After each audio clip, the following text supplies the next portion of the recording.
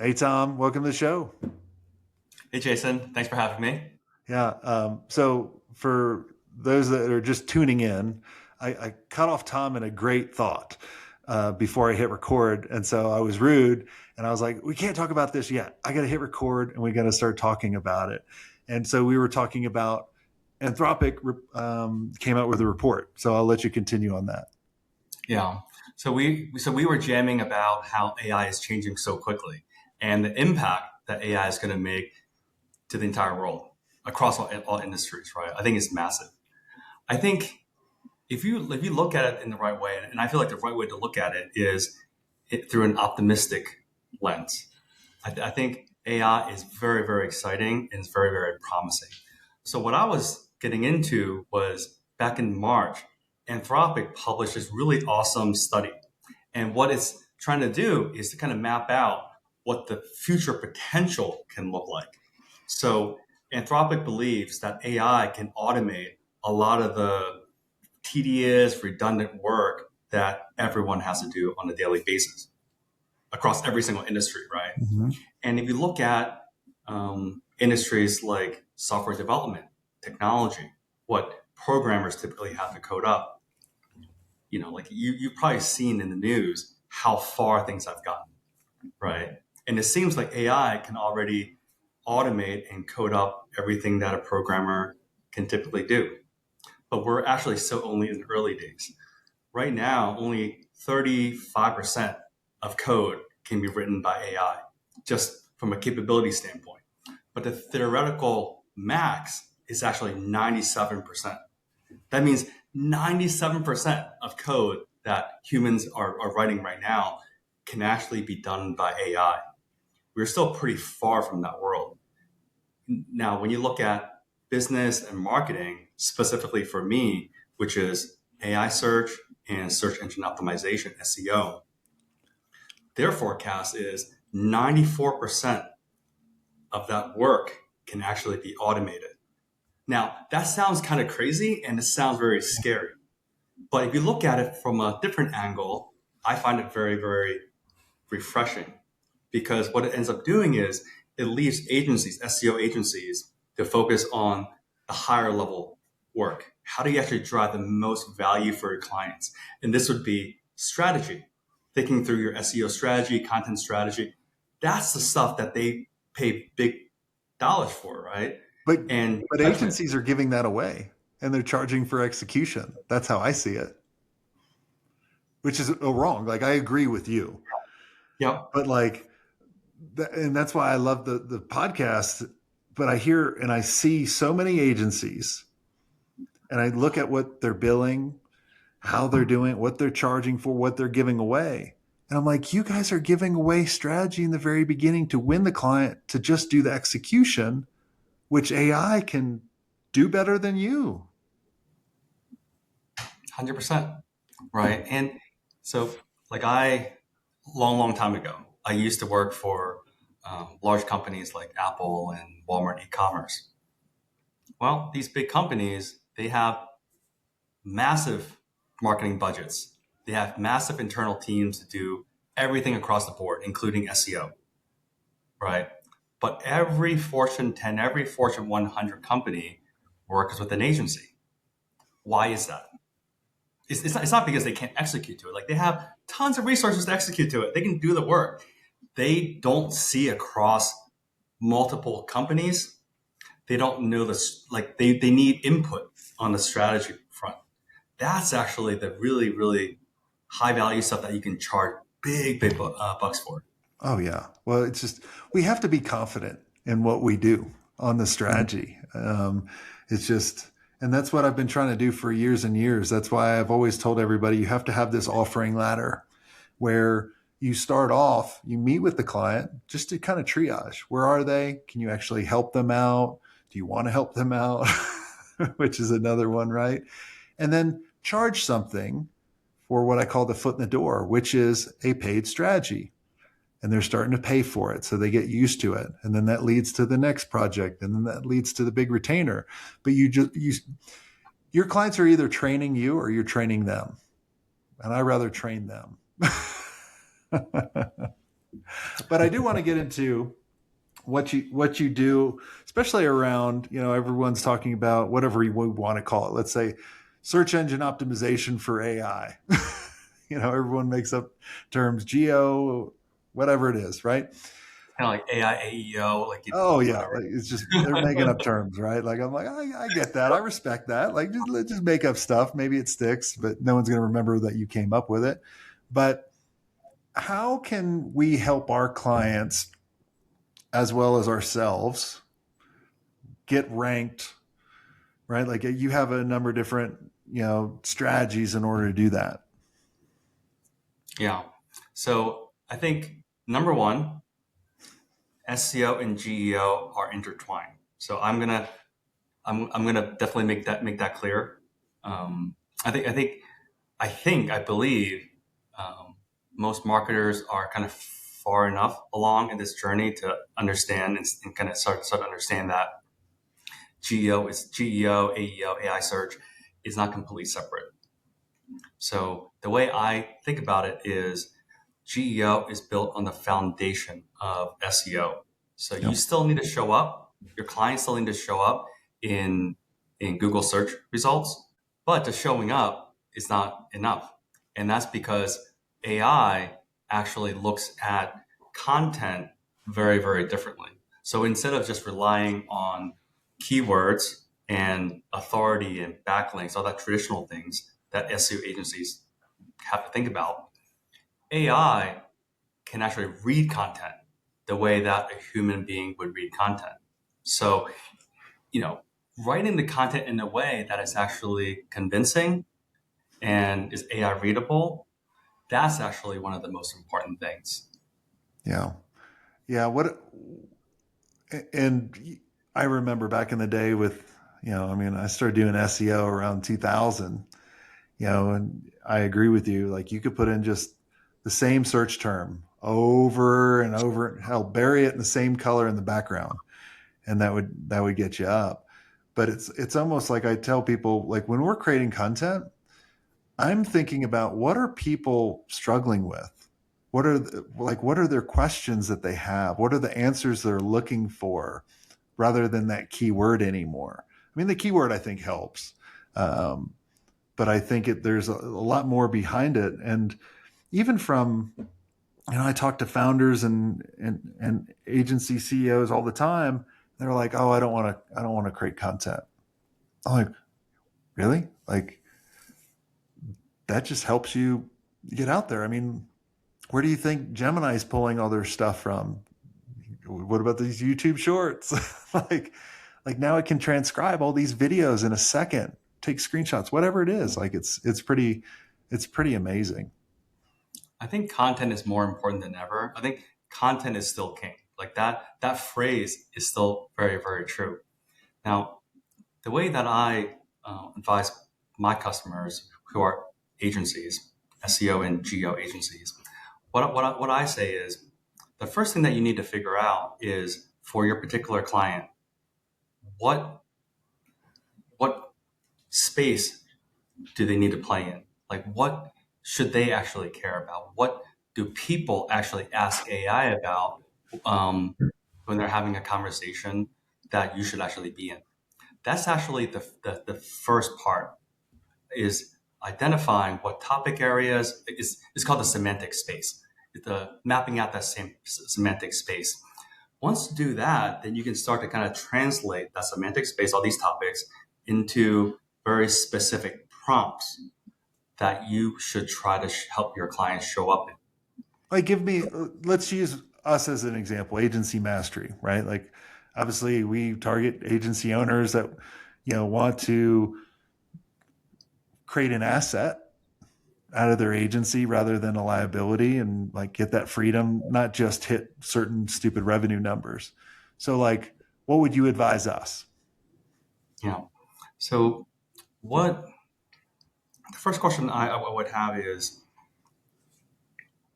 what conversations do you typically want to have with your current customers? Like what do you guys actually talk about, you and your customers right now? Okay. So Right. we talk about a lot of times scaling the agency where they're not the bottleneck anymore, where their team can make the decisions without them, where they can actually take 2 weeks off and the business grows versus declines. That's a And when lot. you, yeah. And when you talk about scaling the agency, how do you go about doing that? So scaling the agency is more of taking responsibility off my shoulders, Yeah. delegating to other people, and then we can expand by getting more profit, because most agencies are not profitable. Mhm. Because a lot of times when they come to us, they think they want to scale. Like I'm like, well, you just need to optimize first, man, or you're gonna die. Yep. And when you talk about optimizing and doing that and increasing profitability, are you thinking about hiring more people, hiring lower cost people, using technology? How do you think about doing that? Getting more efficient Being and more giving efficient? the more power to my existing team, you Yep. know, and realizing that one of the big shifts that I see, and you probably hear this too, talk to an agency that has 15 people. They're still in the no man's land world. And they go, Hmm. I never want to be a 50-person, 100-person agency, because they haven't built the right systems to allow them to get away from working with all these other people. So you actually just talked about a couple like really important concepts. You talked about agency financing, finances, right? Understanding the income statements, the balance sheet, all of that relating to your agency, like that is actually a really important topic, right? And then kind of building on top of that is how do you actually get down to cash flow and margins and profit. At the end of the day, that's what agencies are really like. That's how you maximize shareholder value, right? So understanding that part, and then how like what are the different like levers? What are the different levers that you can actually pull? Well, you can increase top line. You can reduce. You can reduce cost. How do you reduce cost? There are tools in place that can tools and systems and processes in place that you can actually reduce cost and be more efficient. So these are topics that you might want to care about, and then people might actually be asking about what are the best ways for me to build Claude skills.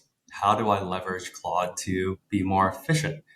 What can I actually do to start to automate some of the more redundant work that goes on every single day with the agency? So this is how you start off with what your business does, what are the topics that you should care about, and then drilling down to what are the prompts that you might want to show up in. And like from there, it becomes a little bit easier to figure out. Once you identify what are the important prompts that you want to show up in, then you can actually use the data. You can actually just, if you want to do it manually, type it in. Type in that prompt into ChatGPT, Claude, Perplexity, Google AI Review, all that kind of stuff, right?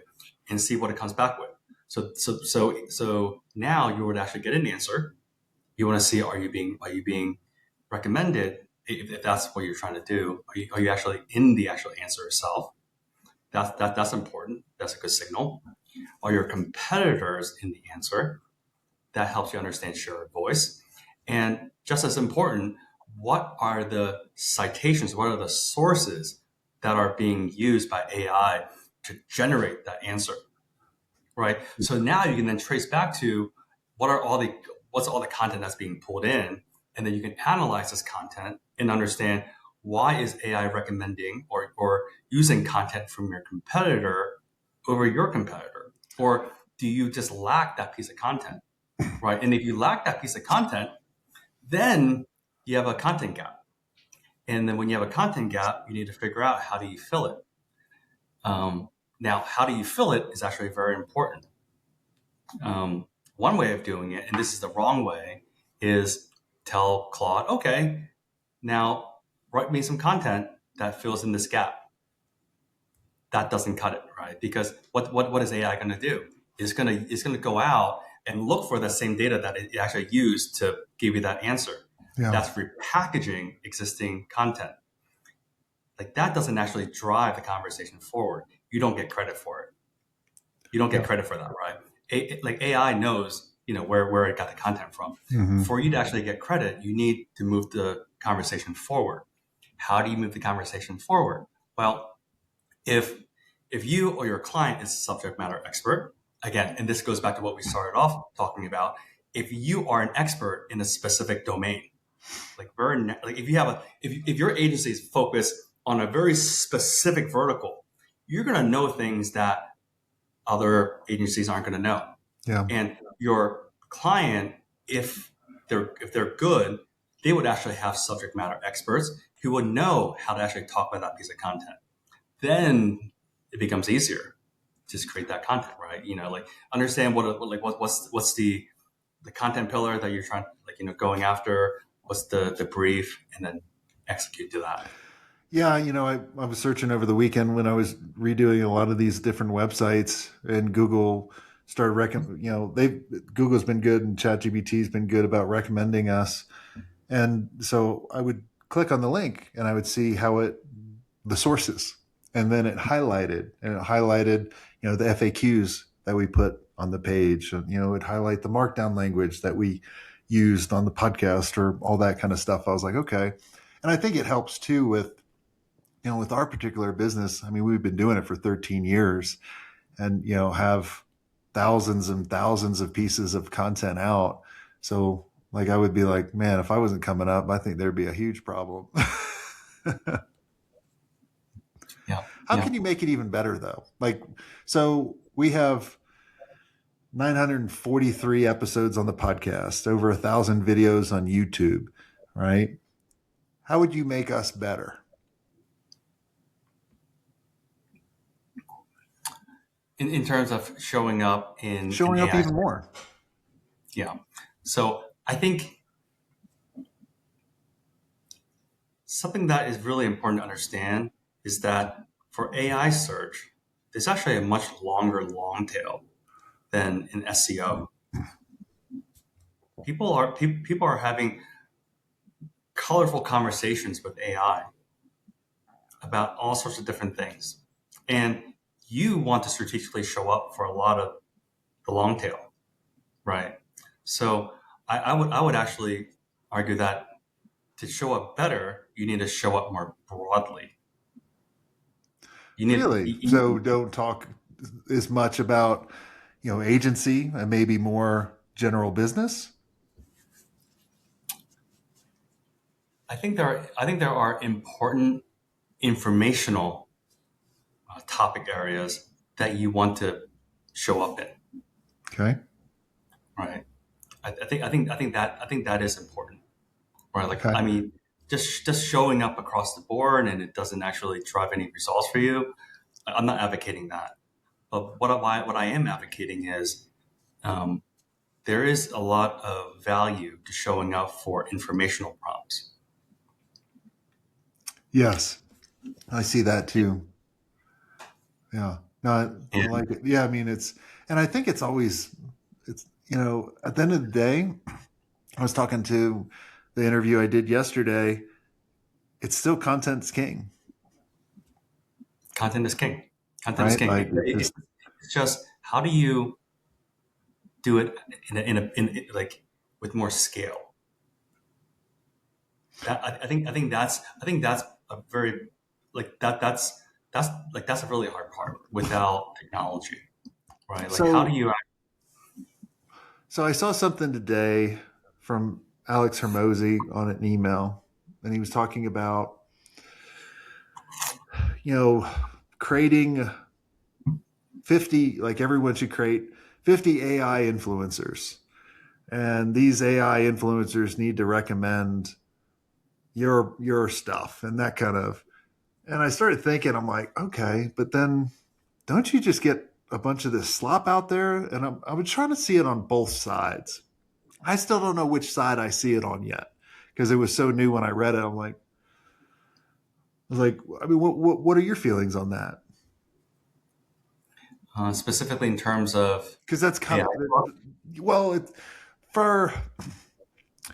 I think think of the phase of kind of content over the year or social media, right? So Mhm. the people before social media that had the power were these actors, these well-known people, right? But then these social media influencers came up. They have power, right? And that's why, all these celebrities of doing podcasts, from the Kelsey brothers to Joe Rogan, all these kind of people, right? And they're kind of dominating the market.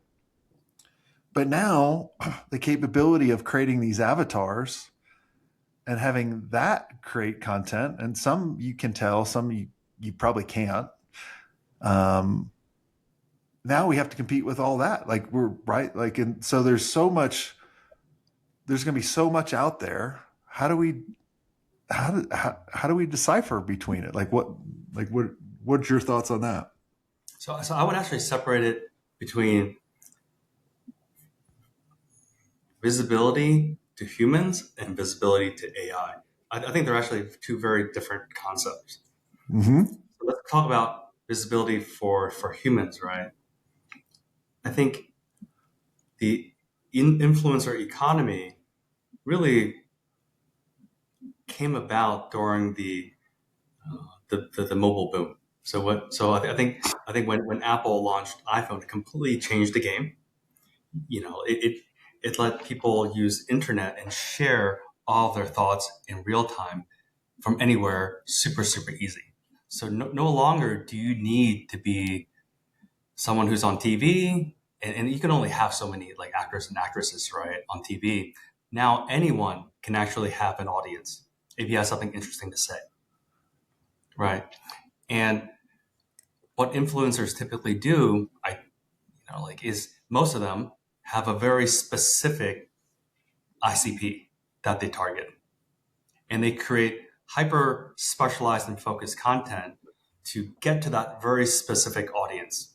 And if you're able to create content that is highly engaging and your ICP cares about it, then you'll get eyeballs, right? So I think that is still true, right?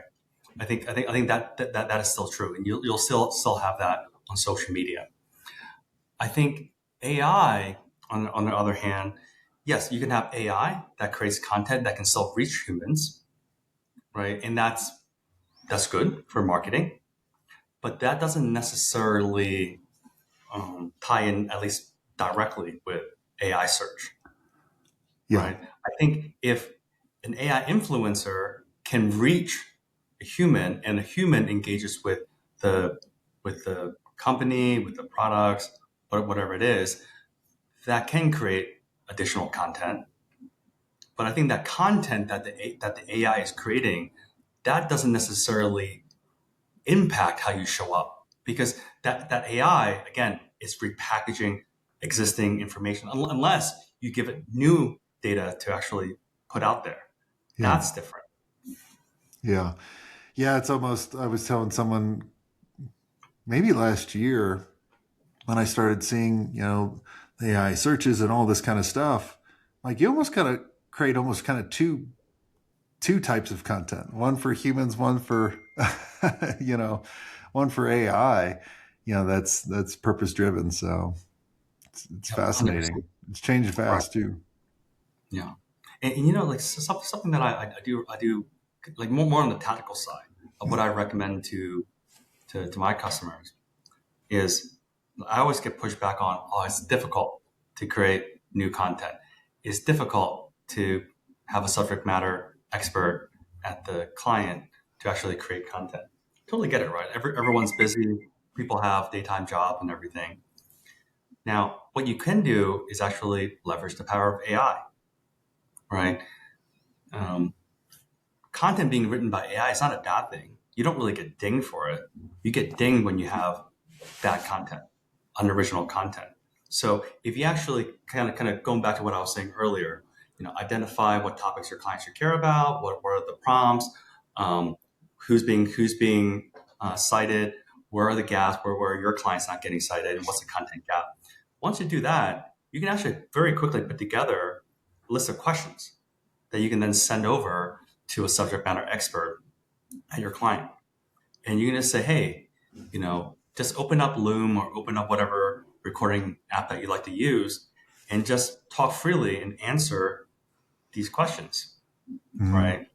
And then from there, AI can transcribe all, like the actual raw recording and get a transcript. That transcript then can be, chunked out into many, many different like forms of content that you can use over a period of time, over a 1 month period, right? it's Like that's a awesome. really easy way to actually operationalize Yeah. this fresh content concept. Oh, awesome. Well, Tom, I appreciate you coming on the show and chatting with us and going over kind of your viewpoint of how geo is on top of SEO and providing some of the insights. And for everyone listening, make sure you go check out what Tom does. And until next time, have a swank day.